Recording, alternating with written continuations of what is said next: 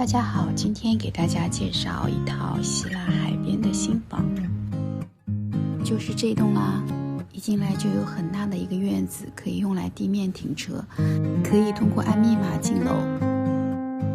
客厅里有一个中控台，把客厅分成厨房部分和会客部分，这是欧美人很喜欢的一个设计。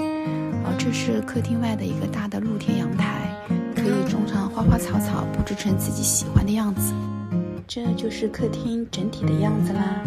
接着我们再去看一看卧室，这是一个2室1厅的户型。这一间就是主卧室啦，外面同样有一个露天阳台，平时用来喝喝咖啡，放空一下自己也不错哟。房间里还给大家配了一个衣橱，这是卫生间，是一个明卫，也做到了干湿分离。这就是另外一个房间啦，同样也有一个露天阳台，楼下就是一个幼儿园。最后再带大家一起欣赏雅典海边的风景，真的是太美了，不愧是全球的度假胜地哟。